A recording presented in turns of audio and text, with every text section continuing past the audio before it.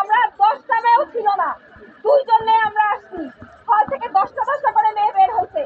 মাগুরে যে ঘটনাটা ঘটছে, আসিয়ার যেই ঘটনাটা, এবং আমরা যেটা দেখতে পাচ্ছি প্রতি 2 ঘন্টায় একটা করে কয়েকটা করে ধর্ষণের খবর আসতেছে। ফেসবুক স্ক্রল করলে আমি ধর্ষণের খবর দেখতেছি। আমাদের নিরাপত্তাটা কোথায়? তো সেইটার উপরে ভিত্তি করে আমাদের মেয়েদের মনে হয়েছে সারা বাংলাদেশে মেয়েরা আজকে নিরাপত্তার জন্য নিজেদের নিরাপত্তার জন্য যেভাবে বের হয়ে আসছে, আমাদেরও মনে হয়েছে যে আমরা বের হয়ে আসবো এবং আমাদের নিরাপত্তার দাবি উত্থাপিত করব। এই জন্য আমাদের আজকের এই আয়োজন। এবং আজকে সব 3টা হলের মেয়েরা এবং সাবিপ্রবির যত মেয়েরা আছে, বাইরে যারা থাকে মোটামুটি সব মেয়েরাই এখানে একত্রিত হয়েছে এবং আমাদের সাথে আমাদের অন্যান্য যে ভাইয়েরা আছে সবাই মিলে আজকে এই কর্মসূচিটা সম্পন্ন করেছে। আমি নারী হিসেবে আমরা জন্ম থেকে দেখে আসতেছি যে এরকম ঘটনা একের পর এক শুধু ঘটেই যাচ্ছে, কিন্তু কখনোই কোনো বিচার হয় না।